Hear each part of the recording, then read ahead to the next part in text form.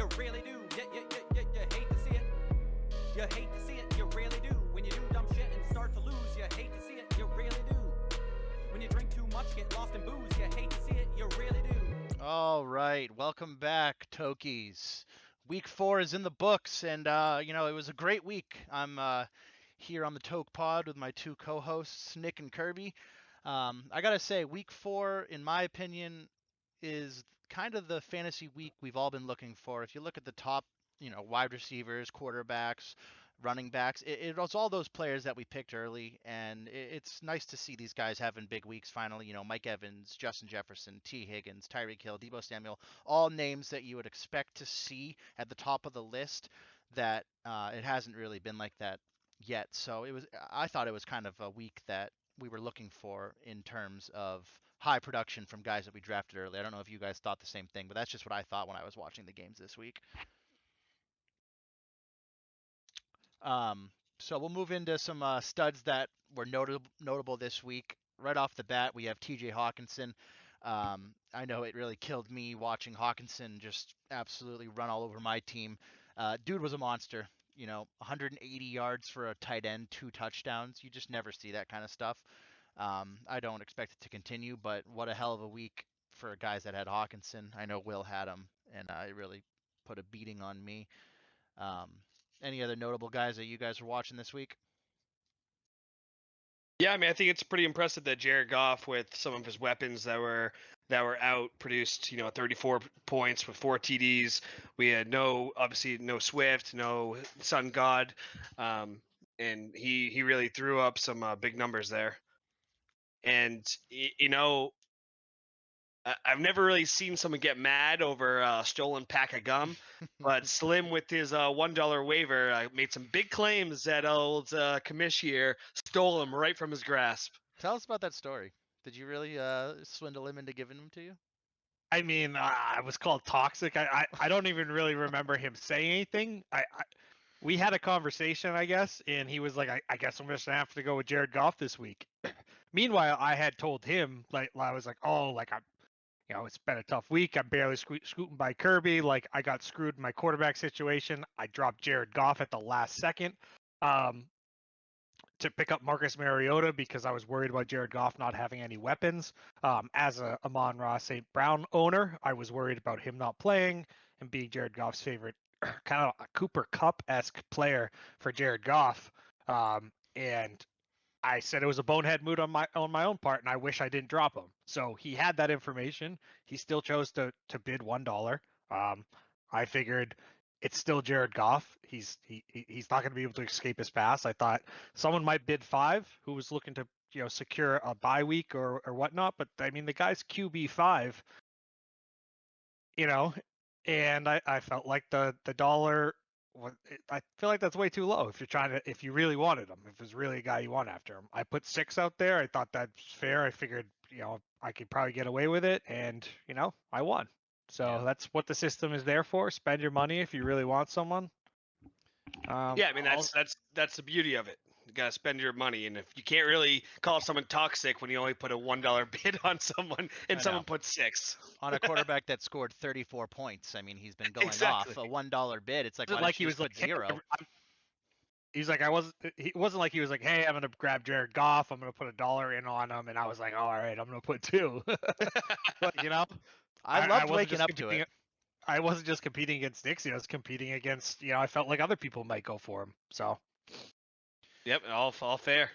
Yep. Another big name, Josh Jacobs, finally had the game that we were looking for out of him. 32 points, 2 tutties, 175 yards from scrimmage. It's nice to have him. I know, Kirby, you're kind of, whenever I think of Josh Jacobs, I always think of you. I don't know if it's because you had him in the past, but I'm always afraid of him, but he finally had a big game, leading the running back. So it's nice to see a guy like that finally produce in a offense that has been losing a lot of games. I don't even. Yeah, no, I had him recently, but before that, I think Nick had him, and really is what brought him to my attention. But I mean, guy had 34 touches, so I mean, I'm glad to see him finally, do well. But in 34 touches in a game, that's pretty crazy, and it shows. Yeah, I would honestly be nervous. I don't like to see running backs get that many touches because in the past you see running backs getting 30 touches a game and they just wear down way too quick. So that's almost alarming to me to see a guy getting that much. I mean, they did get the win, so maybe they're going to lean on that a little bit, but 34 touches, it's hard for a guy to continue to do that for a whole, Yeah, almost season. a good sell high candidate. If you want to try to get someone that had a bad game, sell him, get rid of, move on from him. Yeah, I agree. There was 6 targets in the passing game, which I feel like aren't as harsh. Obviously, the running back position, the handoffs through the tackles, those are the harsh kind of pounding plays. But it's definitely a little bit alarming. You see these guys not being able to take the kind of wear and tear, but he produced. It was volume, a lot of touches. He got the yards, 144, and the 2 touchdowns, which has always been my biggest concern with him. Is I feel like he always gets the goal line stolen from him. Mm-hmm. Moving on to some of the duds. Your boy Kirby. I mean, I guess it's me and your boy Michael Pittman.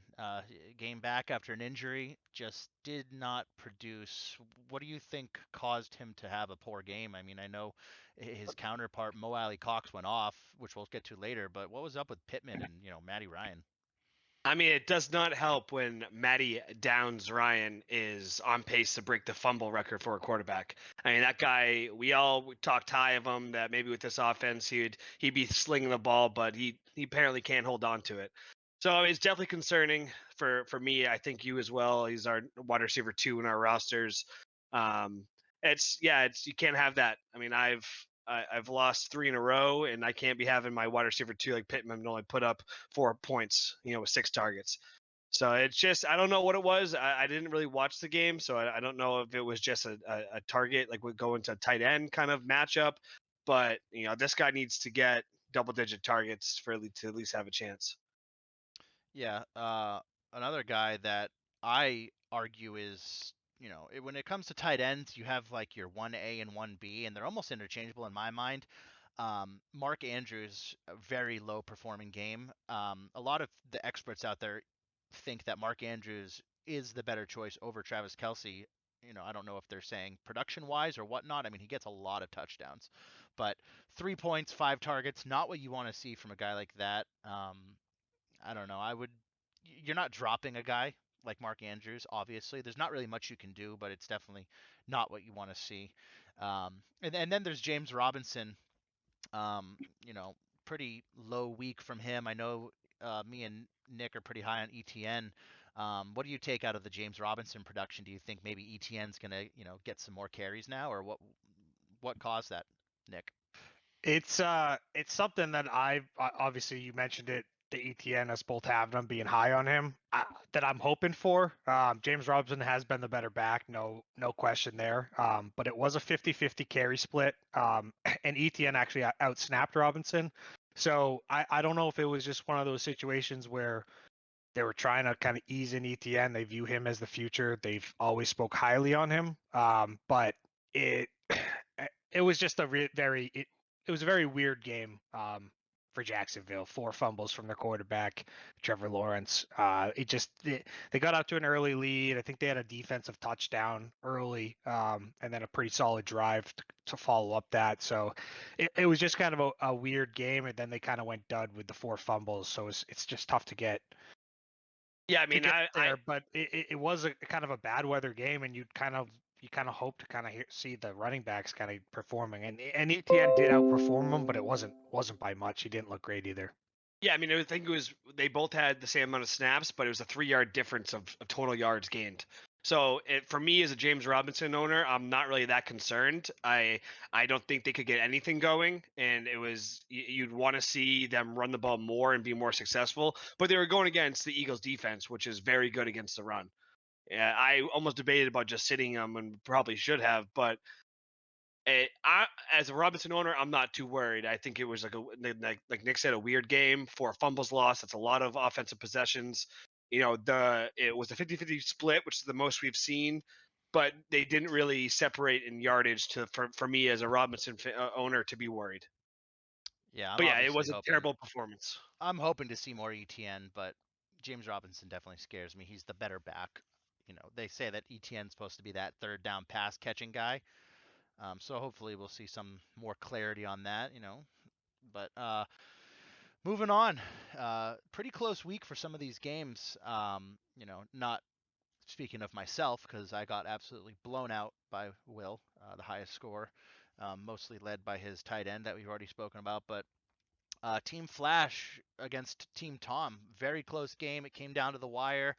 A lot of these, it's funny because I see a lot of games with Jesse and myself end on these Monday night, kind of like he has a player, I have a player. I think it was just Jesse that had a player in this game, if I'm not mistaken. I think he had the running back.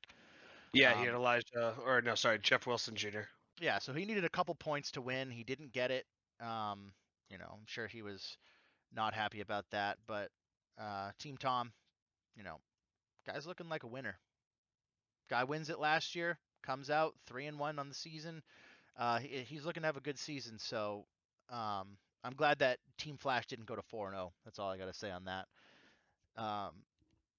Nick, how did Amy feel giving up the first win to a 0-8 looking at, I guess it's 1-7 now, but looking to be 0-8 Slim? I know that must have hit her hard. I mean, we were getting snaps all night, and I couldn't help but laugh at it because, you see Slim on the charts this year, and you kind of think, okay, I have a lock-in win. I'm going to wait for him to get real down on himself early, and then I'm going to just walk into the end zone 6-7 times and win it. What was Amy's overall mood as the game went on Monday night? There was a lot of I'm gonna lose to Slim. I'm gonna lose to Dixie. Like the disbelief. It's like a statement of disbelief. It was funny. Me and Colby had a lot of back to back. I was sending all the snaps I was sending you guys. I sent them to Colby. She was responding to me.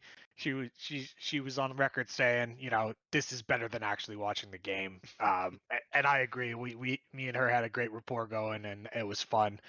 It is tough though. I've fallen up with.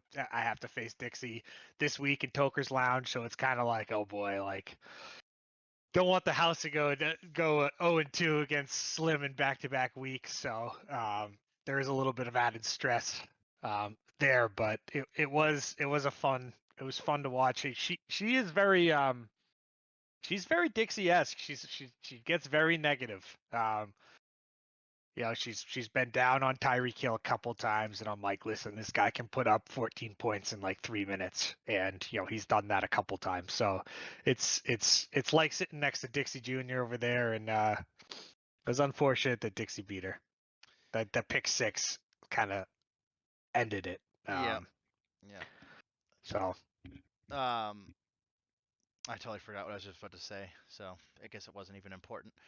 All I have to say about the week to wrap this up before we hear a word from our sponsors is I'd like to give a shout out to the Lord and Savior Jesus Christ, because if I wasn't in church early on Sunday morning, I would not have realized that Alvin Kamara wasn't going to play.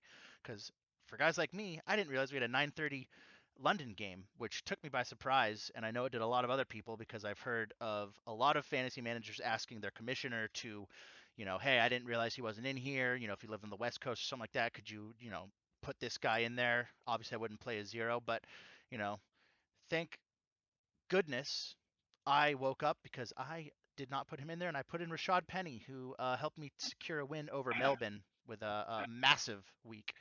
So I couldn't have been happier on that. And I just want to note to that, read the commissioner's note, the weekly commissioner's note, in which he both last week and as well as this week posted a reminder that the game that there would be London. I'm from London games. So read your commissioner's notes. That is me. Read them, and you will get this little insider tidbit information, because I am a good and honest and fair commissioner. Yeah. And props to the commish in Toker's Lounge, because he was facing an 0-4 matchup, and he put up the big win against me. So stock up for commish, stock down for me. I've lost after putting the highest points week 1. I am 0-3 in Toker's Lounge, which is tough to swallow. Also, a little insult to injury there, Kirby. You were very, very close with a 3-touchdown performance from Eckler to winning your third weekly with most running back points. But Josh Jacobs and Tom kind of squeaked right past you. Yeah, I'll I'm not take it. gonna I lie, got I them. forgot we even did that still. I forget we're still doing that. Well, again, read the commissioner notes. That's what they're there for. I read them. All right, we're No, gonna you move on don't. and get a word from our sponsor before we go into our first of couple of segments here. So we'll catch back up with you in a minute. All right, our sponsor today is brought to you by Thomas, Tom, and Tommy Incorporated. Do you hate Washington having the upper hand on investments? Are you feeling like you're missing out on Dixie-like gains? Look no further than Thomas, and Tommy Incorporated. With an office located in the heart of Washington, D.C., Tommy Cho Jr. and Sons specializes in commodity investments with a focus on corn and semiconductors. At Tom G and Sons, we put the G in gross profit margins. And I will say that our resident investor Jesse Morelli has given his seal of approval on Tommy and Tommy investments. He'll get the inside scoop faster than Nancy Pelosi. So if you want some booming gains, I'd go with them. You can trust them with your money. All right, And welcome back. Oh, no, go ahead. welcome back, Tommy Thomas and Thomasons, the sons of Tommy G. We're gonna go into an old fan favorite segment number 1, Flash or Fizzle. Some names on here that you haven't seen, and depending on our answers, some names you might not see again. First guy on the board this week, Mo Alley Cox. 23 points, 6 targets, 85 yards, 2 touchdowns. What a week. We've said it a million times. Tight ends are scarce this year. It's basically, you're almost streaming if you don't have Travis Kelce, because nobody is really a lock for a bunch of points. I mean, I have Darren Waller and Kyle Pitts, both of them disappointments to me. I'm not going to drop them, but Mo Alley Cox had a good game in a game where we didn't see Michael Pittman having a good game. But unfortunately for me, I'm definitely going fizzle on this. I don't think this is going to continue. I really think Michael Pittman is the feature back. He might have better production with Jonathan Taylor out than he normally would have, this week being an outlier in my opinion. But I definitely think it will be fizzle for Mo Alley Cox. I mean, if you're really struggling at tight end, maybe you can stream him certain games, but I don't think he's going to give you 2 touchdowns and 85 yards. What do you guys think on that? Yeah, I'm going fizzle as well. I mean, there's been the Mo Alley Cox hype train. I feel like at the last couple years, and I have bit into that hype train and got burned. And so, fool me once, shame on you. You won't fool me again. I'm not falling for this. I mean, he is like a physical specimen. You would think he'd be dominant out there as a tight end, but he just disappears after these big performances. So fizzle for me. Yeah, you never want to bite and choke on Cox. Nick? I'm actually a little higher on this guy than you guys are. I think he might be a flash. I I don't know if I'd say he is a top 10 guy, but I do think he is a good rostered option. He's going to be a great guy to have if you have a bye week. Looking down the depth chart of the Colts, it's like, who do they really have if Jonathan Taylor's not rushing the way he has? I know they like Naheem Hines out of the backfield, which is kind of their second option after Michael Pittman and and Matt Ryan's been struggling. We talked about the fumble issues, on a record-setting pace. And if he finds comfort in Mo Alley Cox, I think that's going to be somewhere he's going to continue to look, especially with a run game that we kind of were expecting them to lean on. And they're getting down in these games. They're going to have to go to the passing attack, and he seems like he could be kind of that next option. All offseason, I was hearing talk about Jelani Woods being the tight end to get on that team. I mean, he's 6'7", 253, so that's who I'd be worried about, maybe garnering a little bit of stuff from Cox. But moving on, Jamal Agnew, really stole a bunch of points from my man, Christian Kirk, so I was kind of pissed about that. Nick, you have Kirk, don't you?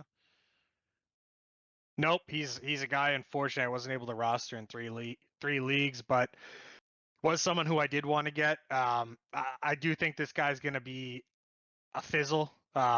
I think he's going to kind of spike up and have a couple of these weeks. I don't think quite as good as this. It was still very touchdown dependent. 6 targets, 50 yards. He's going to be that quick, kind of dump off, run a little quick route, try to get him like some screen yards, stuff like that. But I just don't see with their 2 running backs they have as options, plus Trevor Lawrence's ability to run with the football. If he can keep a hold of it, like he showed, unlikely showed last week, that you're gonna see Agnew kind of be like, I think he'd be a much better option in a full point PPR. But as far as this, it still feels very touchdown dependent to me. 2 touchdowns, I think that's very irregular. So I think he's a big fizzle for me. Yeah, I mean, to me, his name is Jamal Agnew. I don't even know who this guy was. I'm Team Fizzle as well. I think it just like we talked about before, it was just a weird game. Weird things happened. I don't think they'll be the norm once they hit, better weather and a normal, kind of a normal standard game.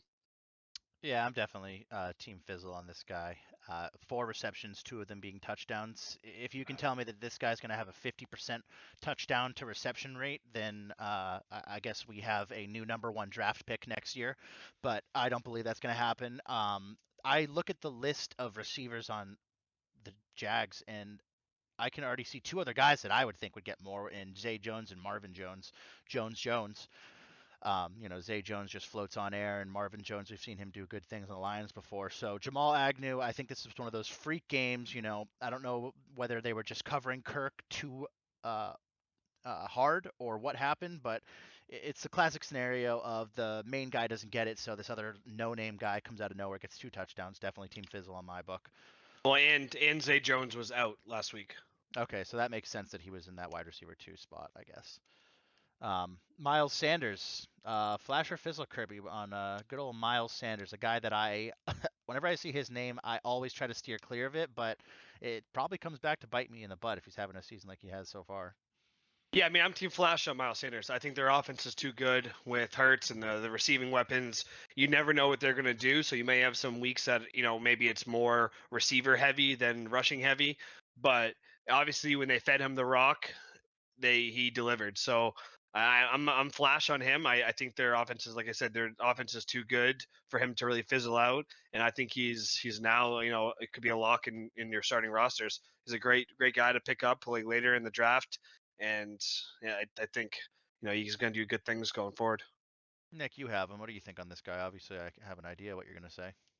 Yeah, I mean, I honestly wasn't super high on him. He is a Penn State guy, which, kind of near and dear to my heart. But I thought he's just been frustrating over the last couple of years. But I do agree with Kirby. The offense, super high-powered offense. I feel like he's just going to get errors, and they keep giving him the ball. The only concern with him, I think the bigger game today was the 2 touchdowns. You subtract that, I think that's more where you're going to find him. Every once in a while, he'll grab a touchdown. Every once in a while, he'll have a little bit less yards than 134.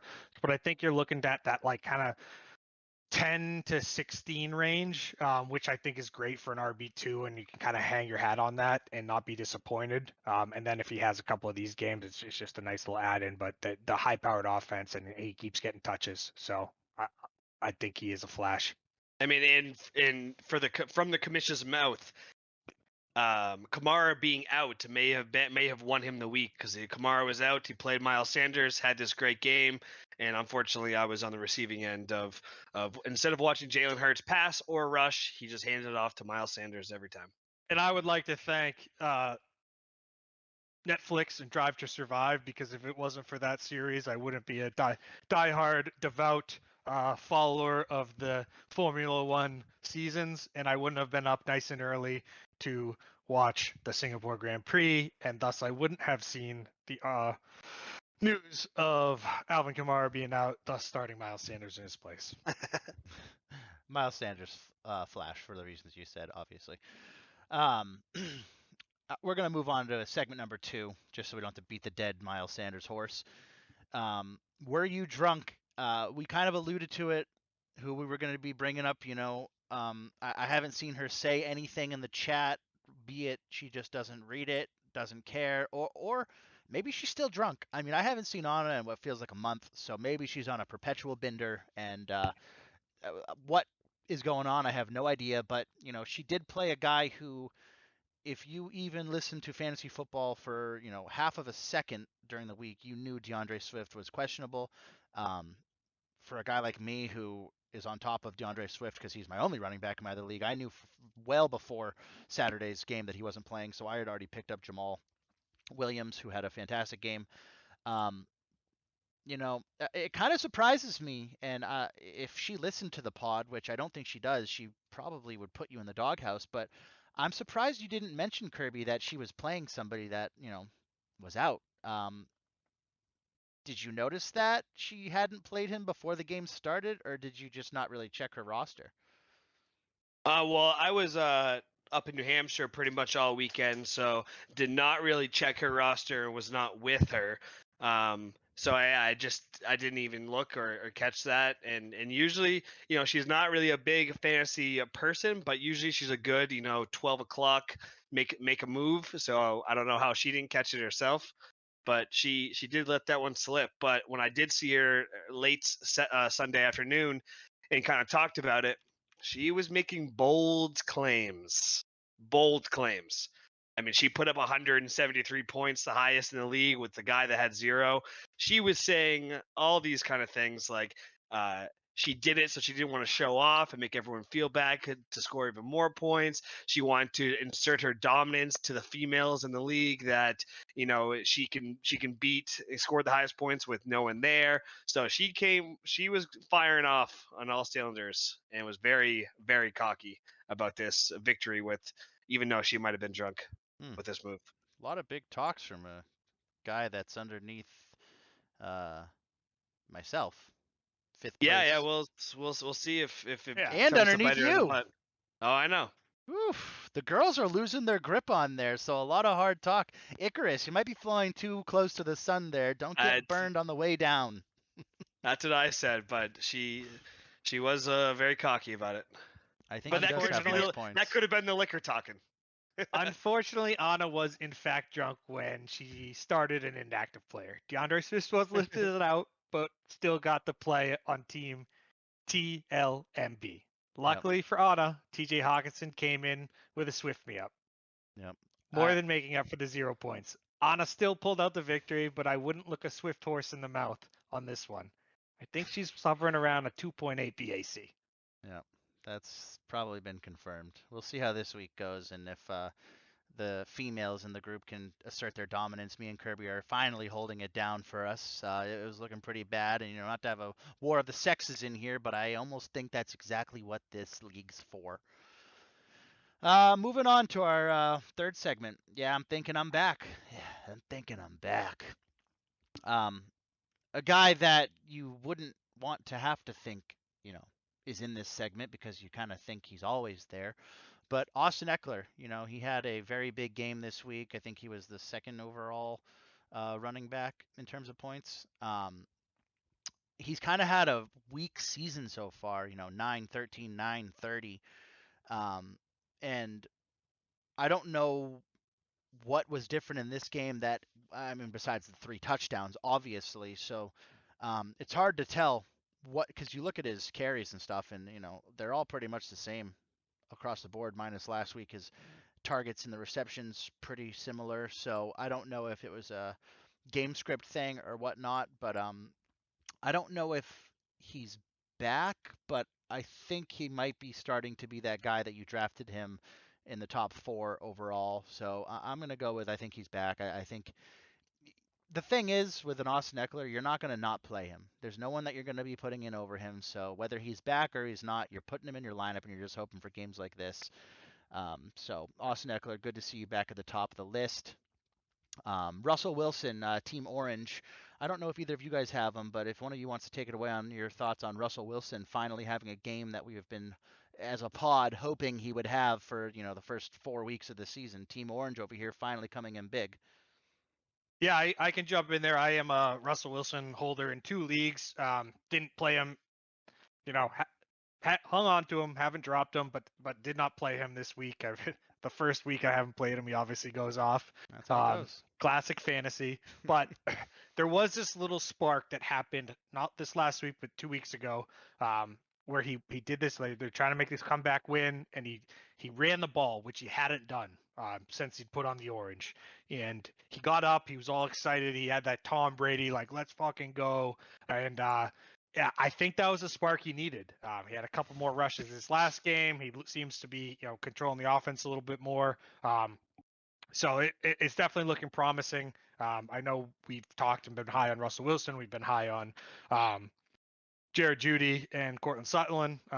Jared Judy he's been injured, but Cortland Sutton's looking good. But I do think Russell Wilson's going to kind of come into his own, and they're in a tough division, so they're going to be in a division where they're playing high-powered offenses and are going to need to be kind of throwing the ball and moving the ball. And I think that Russ is always he's a good quarterback, and he'll kind of find his way in Denver.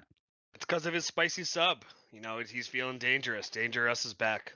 Yeah, I also would like to add that I think he's going to continue on this trajectory because they just lost their number one running back. So it's kind of a gamble at what's going on there between Melvin Fumbles Gordon, Burt Boone, and Latavius Will Stevens Murray. Nobody knows what those guys are going to do. I wouldn't trust either of them. That's why I didn't really put any offers in for any of them. So I think Russell Wilson's going to benefit from the Javonte Williams injury more than any player on this team. I also think that it's going to be increased production for Cortland Sutton and Jerry Jeudy going forward, having to finally lean on Russ more. Just my thoughts on it. J.K. If Russ Dobbins can cook tonight. Yeah, we'll see. We'll see. Quick turnaround. We'll see what happens tonight.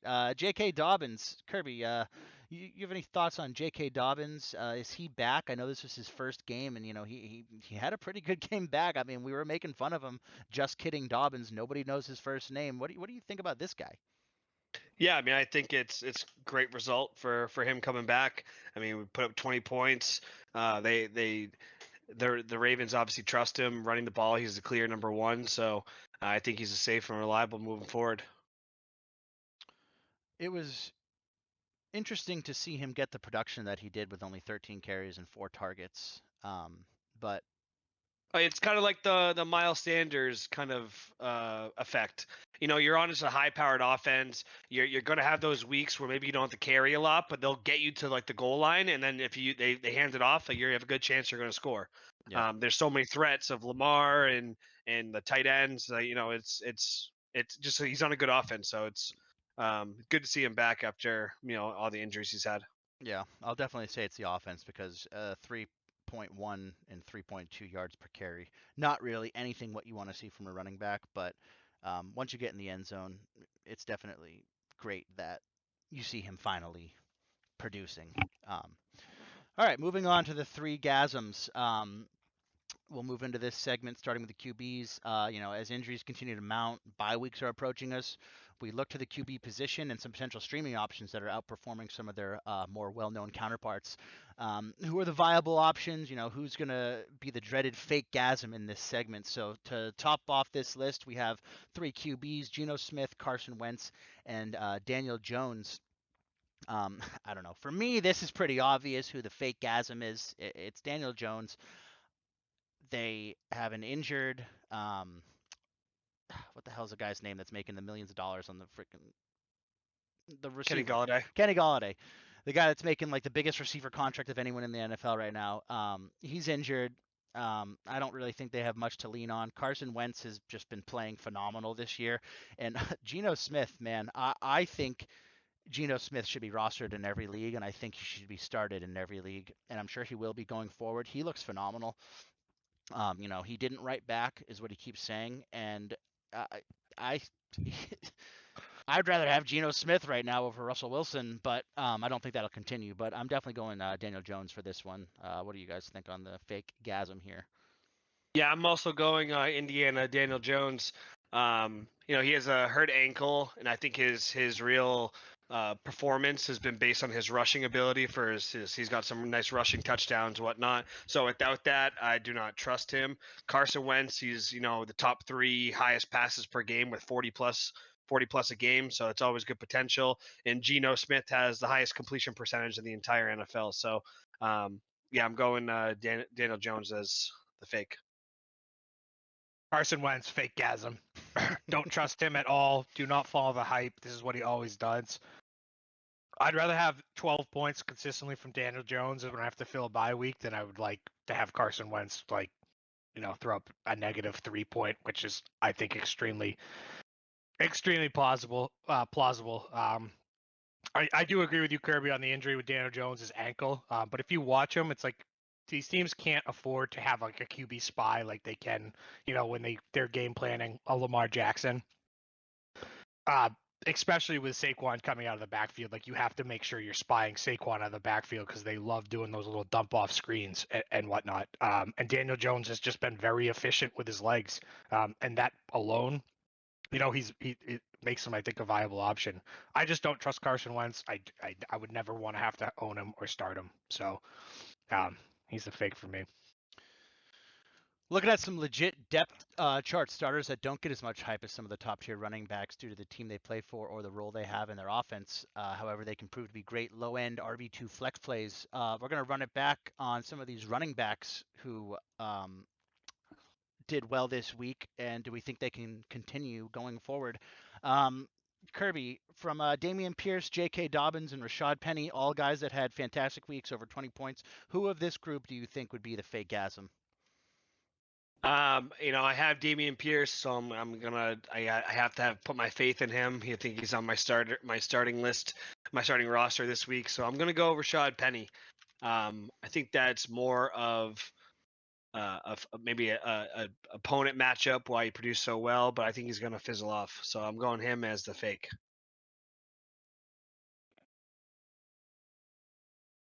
Nick, any thoughts?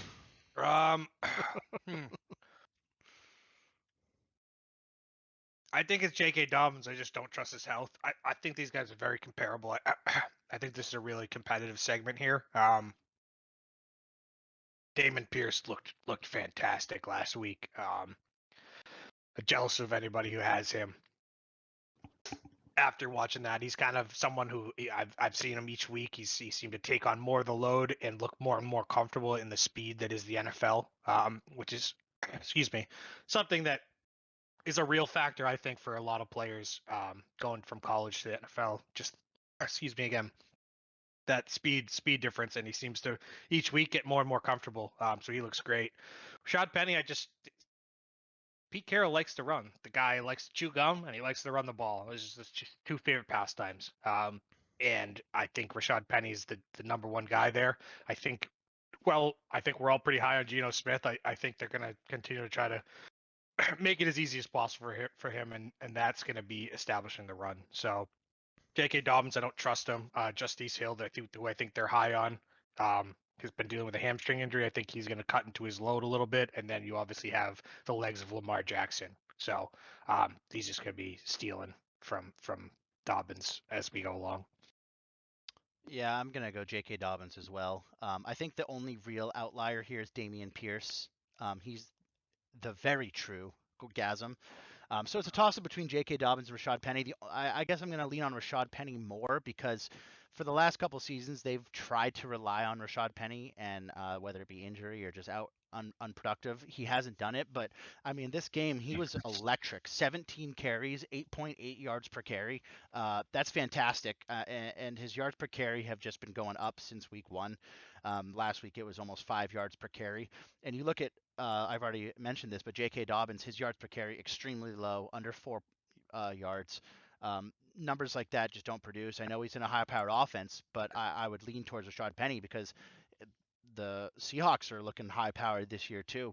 Geno Smith, he's getting the ball to his two top receivers in DK Metcalf and Tyler Lockett. They're getting down the field.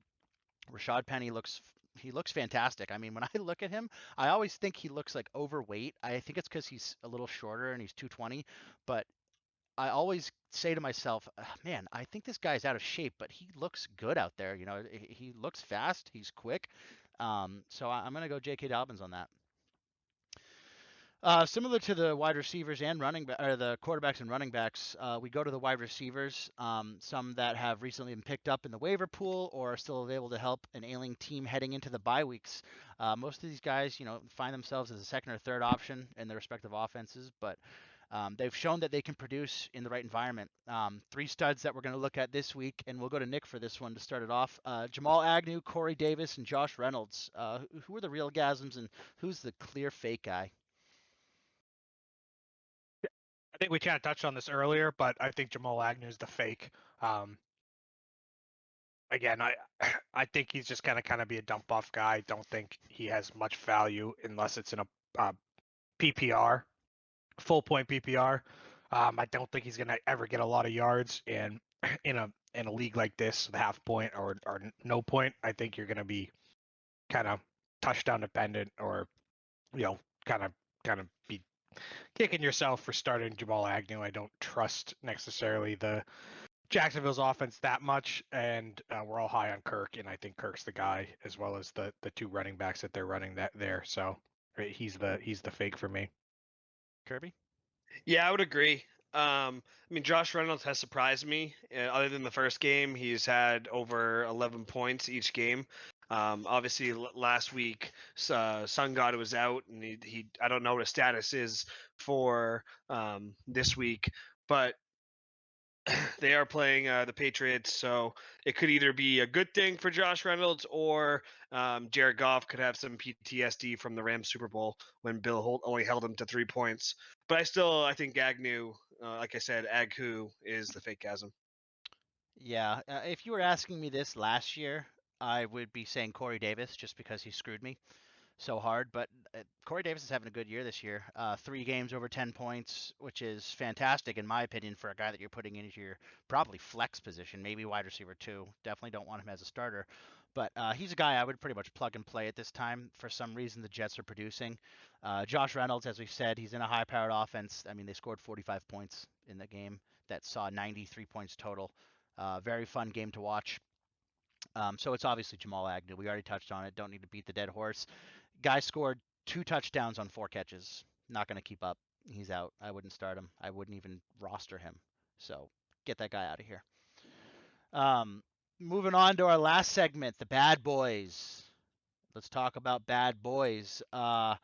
One guy that's not even in the league right now who has been a bad boy. Guy that likes to fart on nurses. Guy that likes to run away from his team in the middle of a game. Guy that thinks he's a god. Guy that pulls out a BBC in a pool and exposes it to a woman on camera. I've heard that you should be picking this guy up because he's not afraid to expose D offenses. But Antonio Brown, bad boy, one of the big bad boys of the week. Kirby, I know that you sent the video. Do you have anything to say on the BBC himself? Yeah, I mean, just unbelievable. That's all I can really say. I mean, not only that was caught on tape, that he would do it, first of all. Second, that was caught on tape. And then third, he goes out and tweets someone should sign him because he can expose the D. So, I mean, he's off his rocker, but it's good entertainment, but he's definitely a bad boy. I don't know what the laws are like over there, but how is this guy not facing charges right now for just whipping out a fully erect anaconda in a pool? I mean, he was two-handed. He was two-handing that baby's leg. Yeah, the blur was trying its hardest to hold it back, but it didn't even do The much. blur did nothing. Another guy, Bobby Wagner. Nick, what did you think about him tackling the fan? I mean, the fan looked like he got fucked up. Is Bobby Wagner a bad boy that you'd have on your team? I would love to have Bobby Wagner on my team. It's just great to see this. It's kind of one of those things where you see it happen all the time, where you see the clips with the fans running out there, and a lot of times you just see the players. I get it. You don't want to get hurt tackling some idiot who's running onto the field. You know, these guys are playing for millions of dollars. They need to show up for their teammates, and etc. But Bobby Wagner don't give a damn. He gives 0 fucks. Guy just throws the shoulder into him. I could only imagine. I know I've played hockey, played contact sports, lacrosse. What I know you've played football. You know, it doesn't feel great when you get that shoulder into your face, chest, when you have full pads on. I can only imagine taking a hit like that from a man, and he is a man. He's 250 pounds, I think, just dropping his shoulder into this guy. So it was great to see. Stay off the fan. You know, the field is for the players. The stands are for the fans. Stay where you belong. Yeah, I mean, if you saw the photo of the fan, he got pretty jacked up, if you will. Yeah, I mean, if you're not, I wouldn't even attempt to tackle someone in football without a helmet on. You don't realize the damage somebody in pads with a helmet on can do to you without it on. But I mean, if he just gets poked in the eye by Bobby Wagner's helmet, he's going to get messed up, and he got absolutely leveled. And I'm glad he did, because it's ridiculous. Don't just like try to make this about you going onto the field. He had like a smoke grenade in his hand or something. I mean, you you got what you deserved. I don't know why you're trying to press charges now. You're not going to win that battle because you were in the wrong, putting yourself in that situation. But yeah, good for him. It's something we all want to see, like Nick said. I couldn't have been happier that he just got absolutely leveled. Fuck that guy. Um, Moving on to the injury report. This is a pretty big injury week for running backs in particular. Cordero Patterson and Javonte Williams both out. Big week for the waiver wires on those guys. I know I picked up the backup for Cordero Patterson, but uh, honestly, I don't think this was as big of a waiver week as some people might have thought, because I'm not really going to feel confident. I mean, you might. The thing is, you might get lucky on some of these guys, but it's not like a week where you pick up Jamal Williams or you picked up Jeff Wilson or something like that, because it's still very unknown with these guys. Cordell Patterson, his backup, Tyler Algier, also has another guy behind him that did pretty well in the game, a rookie. So which of those guys is going to make it? And then obviously we talked about Javonte Williams' injury. Is it going to be Boone? Is it going to be Melvin Gordon? Is it going to be Latavius Murray? Um, I think that they all should be rostered, but it's kind of like throwing darts. Who's going to pick it up? Is Melvin Gordon going to keep fumbling? Is this guy going to pick it up and do better? So some big injuries. We'll see how that tails out. Jonathan Taylor. I mean, are you guys? Do you think Naheem Hines is going to have a big game tonight? But potentially, I'm sure he'll get obviously more work with Taylor out. But if you have him and you're hurting for running backs, it's not a bad play. But I wouldn't, move out a bona fide starter just for him. Yeah. And what about Tua? Any word on him? I haven't kept up on the news, but is he playing? Is he done for the year? Who the hell's the backup? Oh, it's Teddy Two Gloves is backup, so I think I think Tua is out again, so I think Teddy Two Gloves will carry the load. There hasn't been much word about his status, but I mean, I know it's a different situation. But Brian Hoyer he got a concussion last week, and they put him on the IR he's out 4 games. So if that's maybe they're trying to be more strict because of the Tua thing. So who knows when he's coming back? Yeah, I think that was the NFL trying to send a message that, hey, we do take this serious. And I think that's also why you haven't really heard much about the Tua thing. I know they fired the doctor, but they're under some heat right now for that. Especially after the way they've been trying to like take a head safety approach, and they had those new helmets in the off season and shit like that. But I think that the office at the NFL is very worried about how this Tua thing is going to unfold. So, Hey man, it was a back injury. It was a back injury. anything else before we sign off here, guys, that you want to say? Yeah, I thought it was interesting. Daniel Jones went out with an ankle. Then they lose their backup.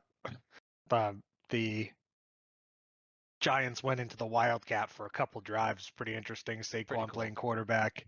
Not saying obviously they're gonna make sure they.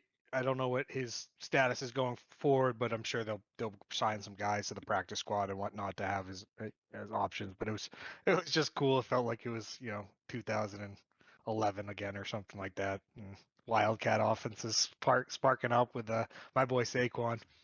Yeah, very fun. Yeah, and take a sigh of relief, all you DK Metcalf owners. He got carted out. He was not hurt. He just pulled a Paul Pierce. Just had to poo. That was it. No, I wish I had a cart that could take me to the poo room. And I mean, I guess one more note. I'm really nervous about Thursday Night Football tonight. I have Judy and Pittman. I don't feel good about either of them. I hope it's a massive overs game. I hope everyone gets the overs club jacket, and Pittman and Judy score 100 each.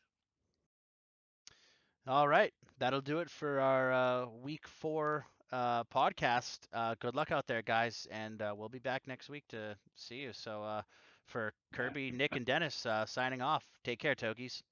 Take Good care, luck, guys. guys.